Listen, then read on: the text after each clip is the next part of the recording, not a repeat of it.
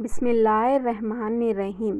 ایک دفعہ رسول کریم صلی اللہ علیہ وسلم کعبہ شریف میں سجدے میں تھے۔ ایک دوسری سمت سے رسول کریم صلی اللہ علیہ وسلم کعبے کے نزدیک نماز پڑھ رہے تھے اور ابو جہل اور اس کے ساتھی بھی وہیں بیٹھے ہوئے تھے۔ تو ان میں سے ایک نے دوسرے سے کہا کہ تم میں سے کوئی شخص ہے جو قبیلے کی جو اونٹنی ذبح ہوئی ہے اس کی اوجڑی اٹھا لائے اور لا کر جب محمد صلی اللہ علیہ وسلم سجدے میں جائے تو ان کی پیٹھ پر رکھ دے۔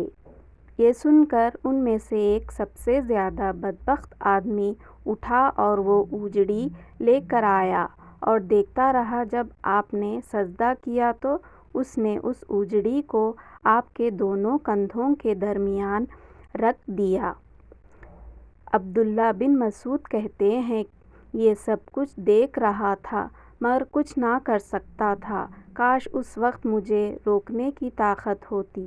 عبداللہ کہتے ہیں کہ وہ ہنسنے لگے اور ہنسی کے مارے لوٹ پوٹ ہونے لگے اور رسول اللہ صلی اللہ علیہ وسلم سجدے میں تھے، بوجھ کی وجہ سے اپنا سر نہیں اٹھا سکتے تھے، یہاں تک کہ حضرت فاطمہ رضی اللہ عنہا آئے اور بوجھ آپ کے پیٹھ پر سے اتار کر پھینکا۔ تب آپ صلی اللہ علیہ وسلم سر اٹھایا، پھر 3 بار فرمایا یا اللہ تو قریش کو پکڑ لے۔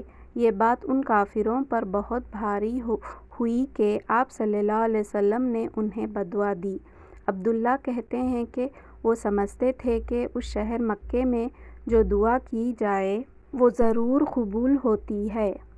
پھر آپ نے ان میں سے ہر ایک کا جدا جدا نام لیا کہ اے اللہ ان ظالموں کو ضرور ہلاک کر دے۔